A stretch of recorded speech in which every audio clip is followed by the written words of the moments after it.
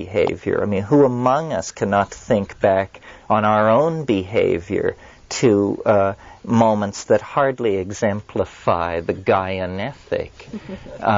So then how can we expect more or anything better than that from other people? The real task, I think, is one of linking together through communication, which people don't realize when they're not communicating. But what we're doing right now, this is a very unusual activity. Even the most intelligent of us go through our ordinary day basically with grunts and groans. That's how we signal to each other.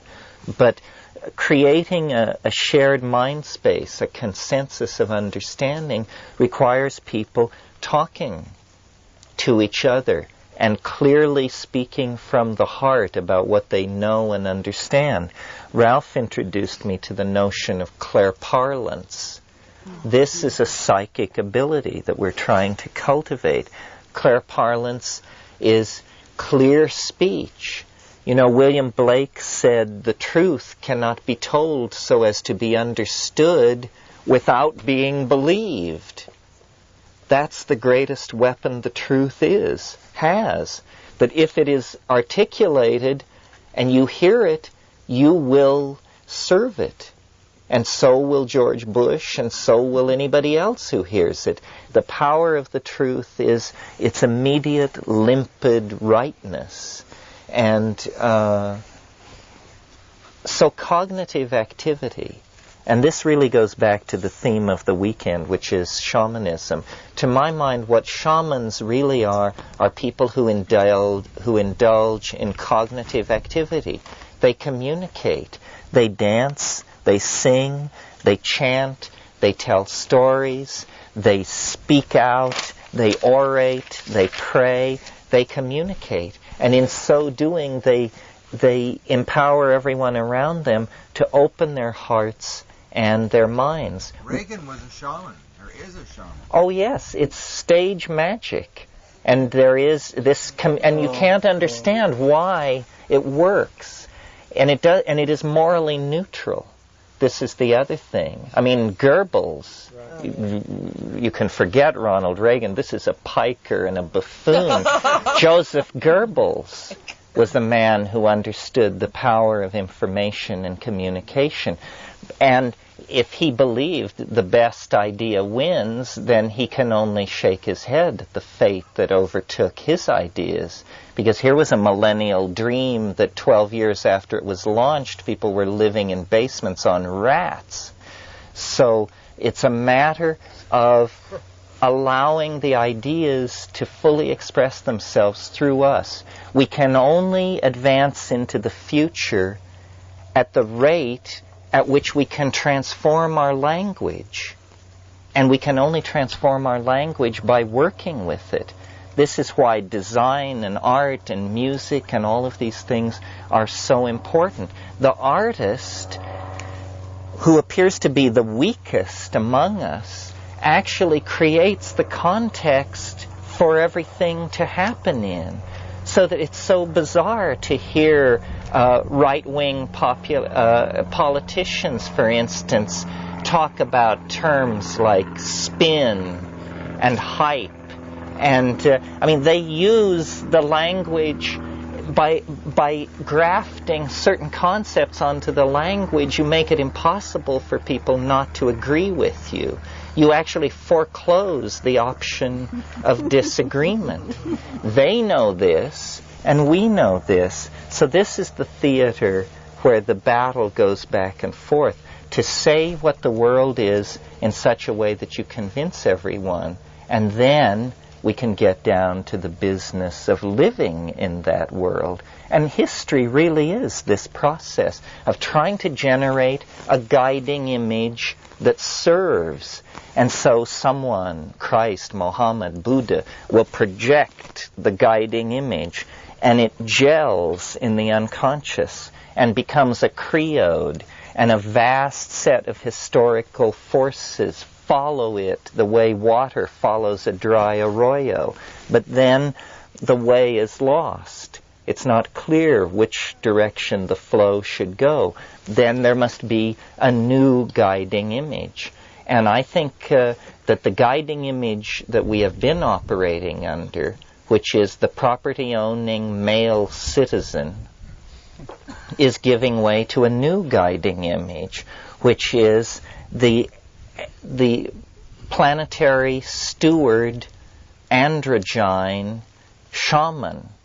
And this image reconnects us to nature, reconnects us to the lost part of ourselves, and will serve then until circumstances change, and then it too will have to yield to some new definition, because we are ultimately malleable. We are like water. We take upon ourselves the shape of the container into which we are poured. And this is what history is the flowing from one container to another. I think that I wanted to just connect. Sure. Yeah. I just wanted to ask you to comment on a remark you made this morning about anticipating the future and how information drifts back through time. Could you say more about that? I thought you would never ask. Could you repeat the question? What it refers to my comment this morning that a portion of shamanism is the anticipation of the future by accessing information which drifts backward through time. Well, I think my interpretation of what religion is, other than the scheming of eunuchs, is there is something there. There is something there transcendent and compelling. And what it is I think, an anticipation of a future event, an anticipation of a future state of human completedness, that actually ahead of us in time, our destiny, whatever it is casting an enormous shadow backward into what we call history. And that in fact one way of thinking about history is as the shock wave which precedes an eschatological event. 100,000 years ago, there was no intimation of an eschatological event. There were simply hunters and tribalism and animal existence embedded in the life of the planet. Then slowly there has grown, like an ever-increasing downward rolling boulder, of a momentum of intuition that there is something, a great change is in store for us, that we are all going to become enlightened, or that the Messiah is going to come, or that the extraterrestrials are going to rescue us from ourselves. The intimation of a sudden shift of epoch and an ingression into ordinary history of the transcendental. Now, some psychologists might say this is nothing more than the culture's reaction to the inevitable fact of death, that every one of us will recapitulate this process, that death itself is like an enormous shadow at the end of life, sending a flickering signal back through our existence. And when you're young, death seems far away and has no power. But as you live your life, you suddenly realize that the walls are growing steeper, the water is moving swifter. There is a kind of inevitability, and that you don't want to stare this inevitability in the face. Well, I think the historical process is like that, and that we are in the grip of what I call a singularity, that it is cultural, that the evolution of techne to become an ever more limpid mirror of the self is turning into a kind of process where we are becoming the objects of our imagination. We are, through cultural evolution, actually creating our own eschatology. You know, Plato said if God didn't exist, man would invent him. Well, there are many different kinds of gods for humanity to invent. And one of the most satisfying, I think, is this eschatological hypostatization that lies outside of history and informs it. This is what the seers are reacting to. This is what inspires the careers of the prophets. And it is, I maintain, what shamanism is about. We've offered many definitions of shamanism here. Here is another one. A shaman is someone who has seen the end. That's all. Once you've seen the end, it's like going with a friend to a movie that you've seen and they haven't. You have a completely different relationship to it. You are anticipating their enjoyment of it, their moments of fear, anticipation, and pleasure, but you are above them looking down. You have already seen the end. You know the punchline. And every shaman in every culture gains his or her humor, balance, healing ability, wisdom, if you will, by having participated in the transhistorical eschatological object. And modernity just denies this. The theory of history taught in the universities is what's called the trendlessly fluctuating theory. That just means war, revolution, reform, revolution, war, war, reform, revolution. It's like a random walk across the landscape with a steady increase of technique, rising Malthusian pressures, but that's all. It's because there is no place for the transcendent in the scheme of rationalism as we inherit it from the late, from the Enlightenment. But in fact, if what the psychedelic experience argues, what our dreams argue, what our good sense argues, is that it is not business as usual on this planet. And history is not a random walk that has tens of millennia yet to run ahead of it. That actually we have set off processes that finalize our time upon the earth, finalize the duration of our present cultural mode. We are going to have to fish or cut bait. We have built this into our myths about our world, that it has an ending, and so it shall. And I think shamanism anticipates this superhuman condition out of which we arose in ilio tempore, before history, and into which we shall be subsumed at the end of the historical peregrination. The myth of our culture is the myth of the prodigal son. We made the descent into physis, into the world of matter, into the well of the world, if you wish. Our job to recover a piece of lost information about the nature of the soul and then return to the tribal family, to the shamanic, prehistoric and post-historic mode where then the fruits of history will be not thanatoptic in their consequences, but transformative. Anticipation of the future. So a follow on that. I'm thinking of the second book of the I Ching and asking that question about reversibility of time, going both ways. And also in that second book there's an interesting comment on the actually the contrast or complementarity of creativity and transformation. Was to suggest that they're processes that flow counter to one another. Could you? Well, I think the I Ching is a special obsessive interest of mine, specifically the kinds of things you're talking about. There is this body of commentary that is pre-Confucian, late Zhou, early Han, that is puzzling in the present context of the I Ching. And I think this is what you're referring to. And there's a place where it says, the backward running numbers refer to the future. The forward running numbers refer to the past.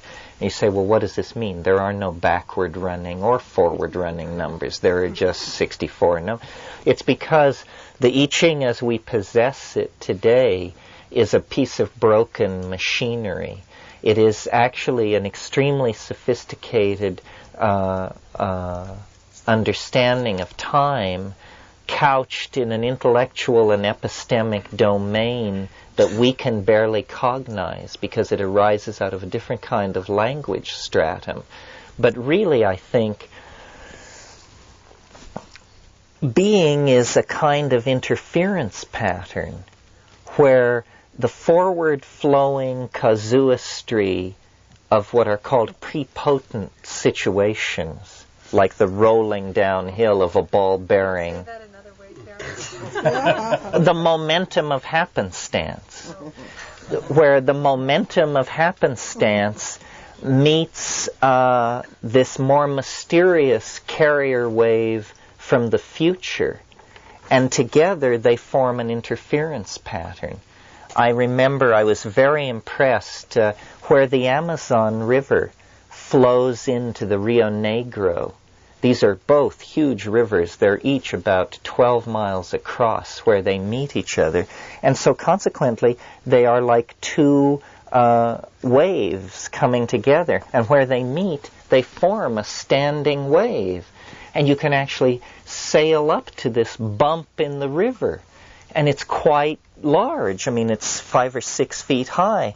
And you can sail along it. It's like a ridge in the middle of the river. And you can see that all the material is in motion, but the wave itself is stable. It is what is called a standing wave.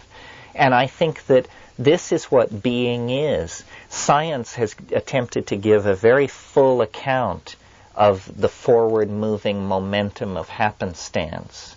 But we deny that there is appetition for the future, or that the future is somehow shaping events.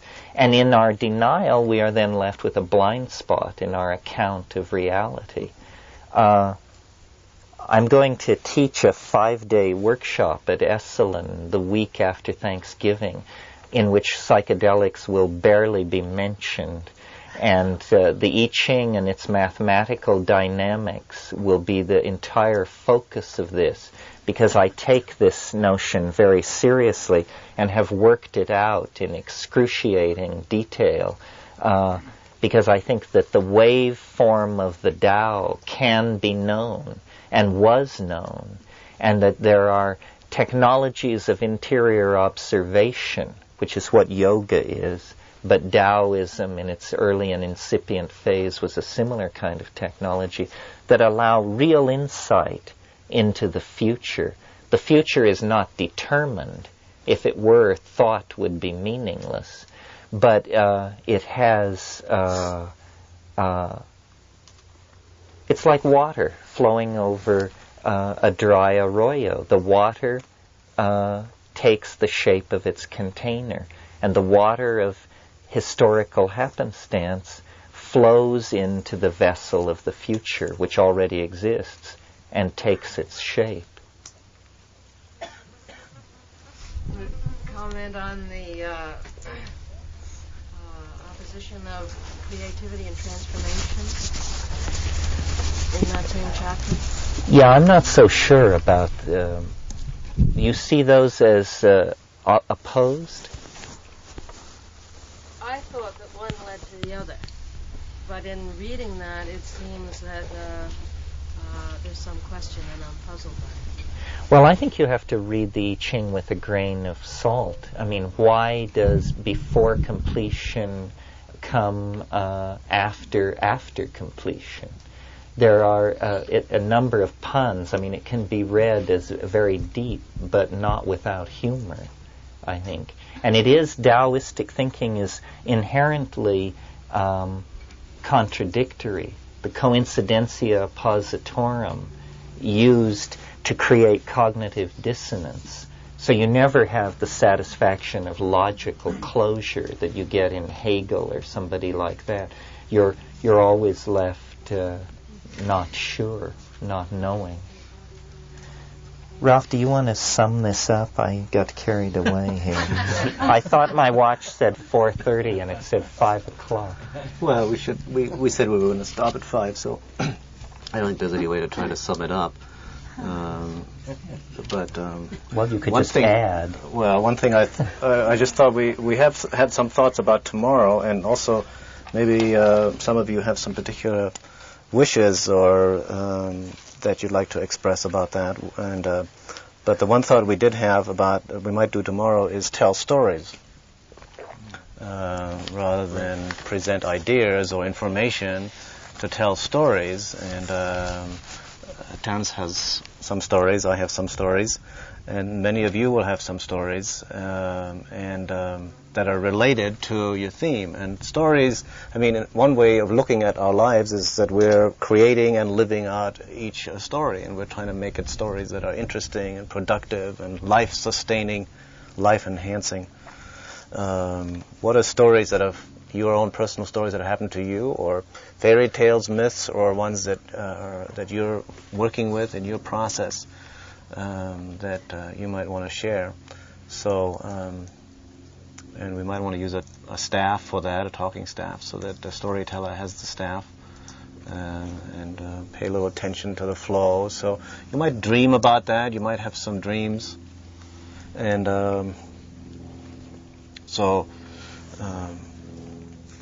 that's what we have in mind about tomorrow. I did want to mention one little thing that may be happening around here, and I want to mention it in the sense of sharing an observation in the spirit of perhaps some of you are also picking it up. I had a dream last night, and I've since talked to 2 other people who had similar dreams last night here, in which there was some kind of attack by not so friendly spirits. In my case, they were just indistinct humanoid. Could have been aliens, could have been humans. I had no way of knowing. I didn't know anything except their intent. They caused me actually to scream in my dream. And somebody else experienced a gang of street punk gangsters, kind of challenging, invading, intruding. So there may be something happening right, during this. Or paranoia on anybody, but just to tune in, and perhaps some of you will have something to report tomorrow, or perhaps some of you know about it already. If you do, I'd appreciate knowing about it, and there might be some opportunities to discuss it. Pay attention, you could be the next Whitley Strieber. Yes, abductee. So maybe we should end with a few minutes of drumming, and then when is dinner?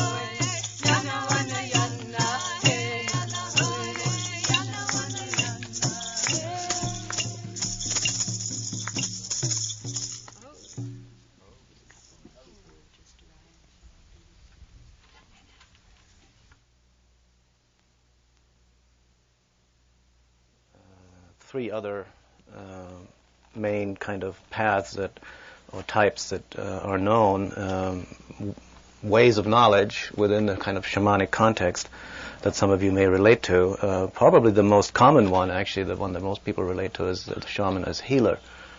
And this is the one that where the shaman functions as the physical and spiritual healer of his family, his or her family, and immediate village or tribe, and does shamanic work for the purposes of healing. Part of that includes an aspect of the warrior. The warrior is a necessary part of the healer function, because in the process of health maintenance, the warrior function is the function that defends your body against infections and toxins. The immune system is the warrior function of the body, of our system, seen as an aspect of healing, maintaining the integrity of the system. And then another very prominent path is the one that Terence referred to a great deal yesterday, was the path of the artist or the maker. The artist, the maker of tools, the craftsman, which would include scientific inventors and people that build tools and perceptual instruments, for example, that facilitate our perceptual and cognitive understanding of the world, communicate our vision.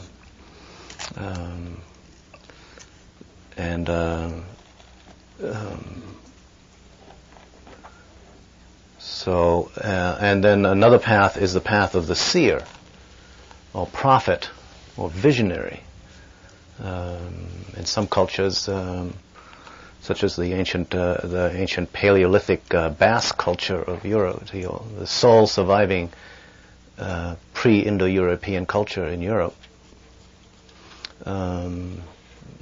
they have a class of people called vision makers, who are the ones that you go to if you have a problem, or you need to you want to get an insight into your life path, your life destiny. A professional oracle, as it were. So I wanted to share that with you because it might trigger off some thoughts about, I see different people who are engaged in shamanic work having different combinations of those different qualities. Terence is obviously very strong on the explorer, adventurer, and the artist, communicator. I have some of the healer, also the adventurer, explorer is my main one, with some of the healer, some of the artist, communicator also, some of the warrior, but not as much as several of my friends that I know.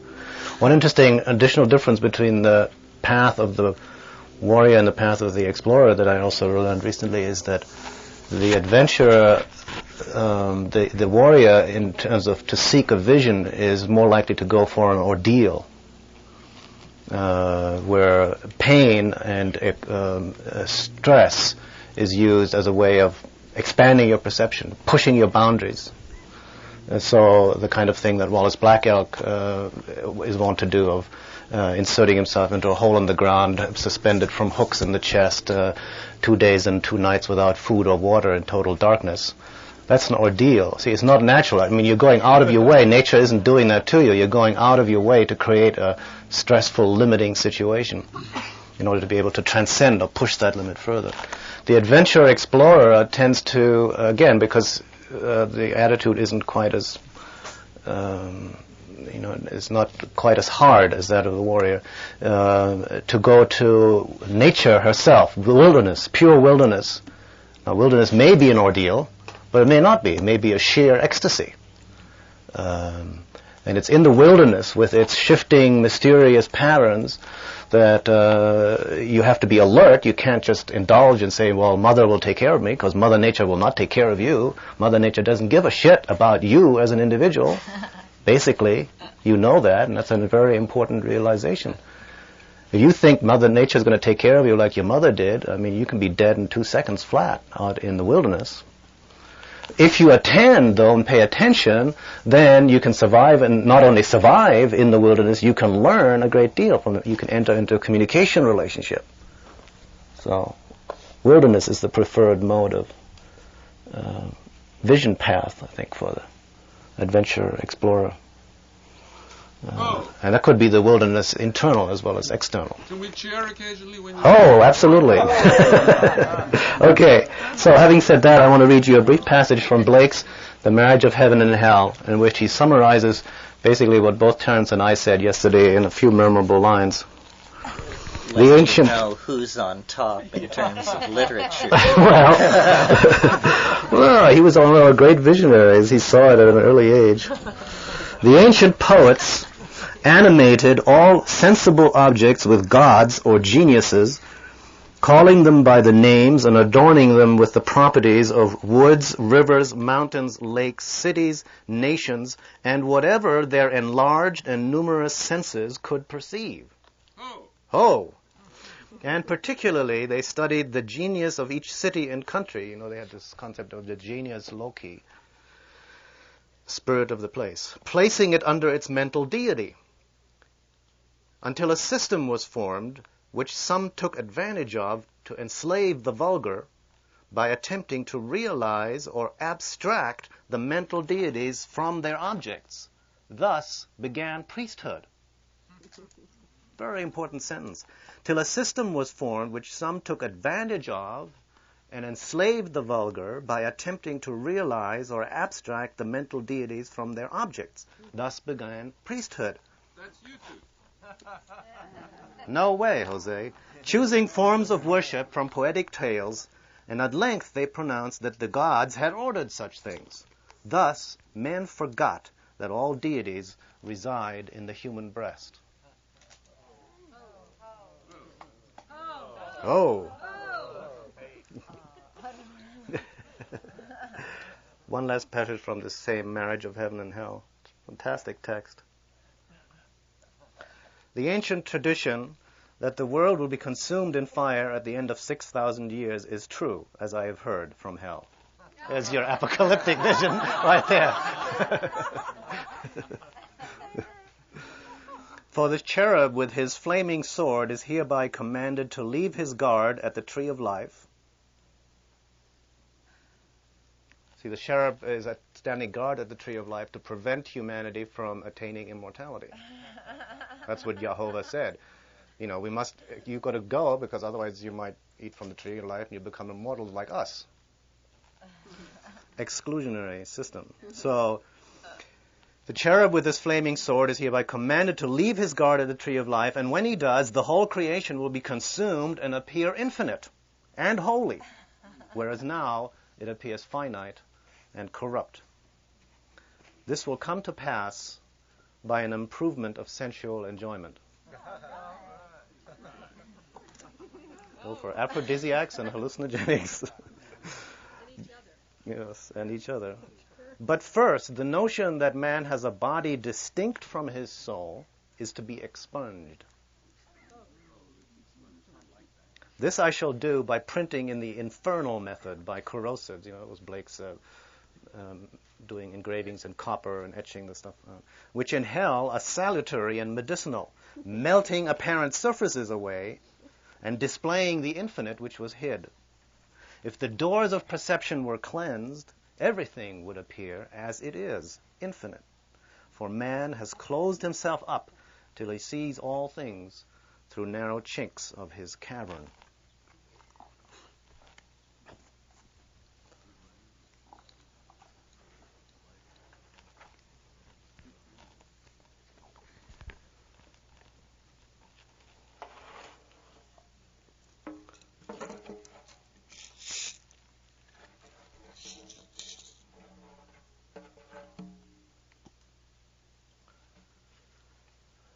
So I'd like to tell you a story, part of an ancient story, an ancient myth, actually the oldest written myth of Western culture.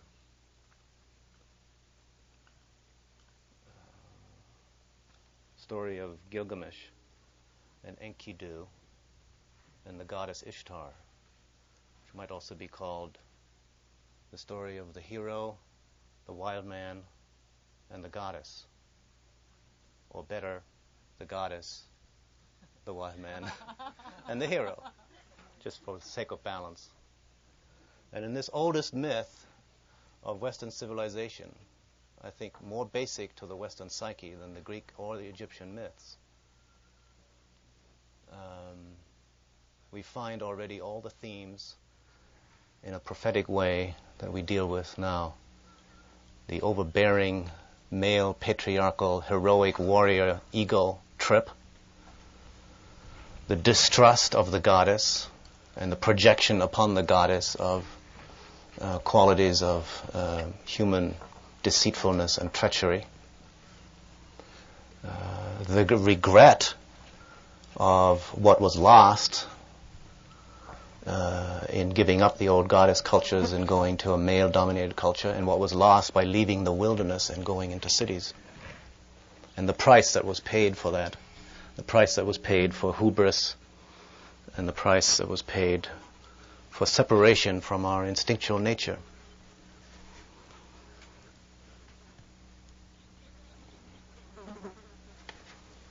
And Gilgamesh was king of Uruk.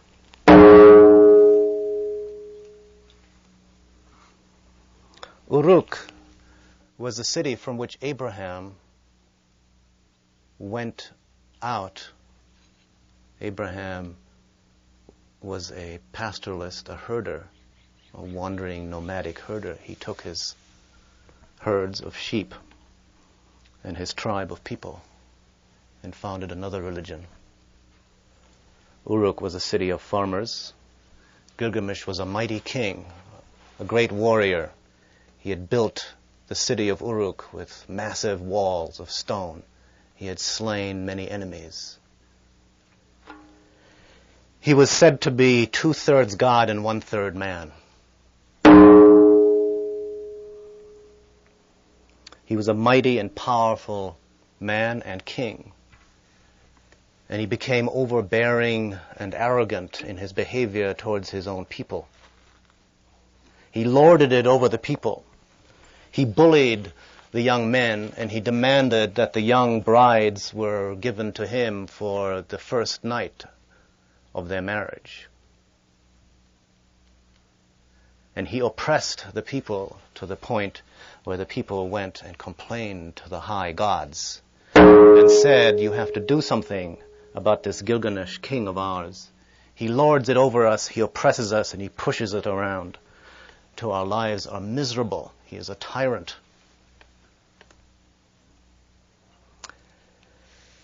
And the gods sitting in council agreed that something had to be done, that a counterpart player had to be created. So they went to the old ancient goddess Aruru, the creator goddess, who created both them and men, and said to her, please create somebody to balance out this raving Gilgamesh tyrant. Somebody who will be his equal in strength and courage, who will be like him, like his very self, like a second self, it says. Thereby pointing, this is an aside, to the fact that right here in this earlier story we're dealing with a coded story that talks about the internal psyche. This second self is the second self within every one of us. Gilgamesh is the human self who becomes arrogant through power. Gilgamesh had a dream in which he saw a star fall from heaven. And the people came to pick up the star. And it was heavy, and Gilgamesh tried to pick it up, and it was so heavy he could not lift it. And he went to his mother Ninsun, who was herself a seeress, semi-divine seeress, priestess, who said, "This dream symbolizes the one who is going to be born, who will be your counterpart, your brother, your equal, like unto you, like your very self. Gilgamesh had said in the dream, he bent down to pick up the star and he felt attracted to it like to a woman. And he had another dream in which a sword of unusual design was found in the town square. And nobody could figure out what it meant, and Gilgamesh picked it up and put it on his belt. And he went to his mother and asked her, what does this mean? And she said, this too is the one who is going to be born, who is like yourself, your counterpart. And he will be like your right arm. He will help you fight your battles and be your equal, strong like you.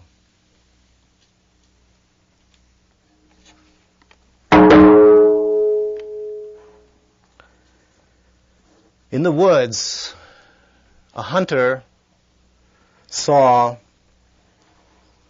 a creature, a man, with the animals, running with the animals, drinking at the stream with the animals. This man was covered with hair all over his body and had long hair like a woman.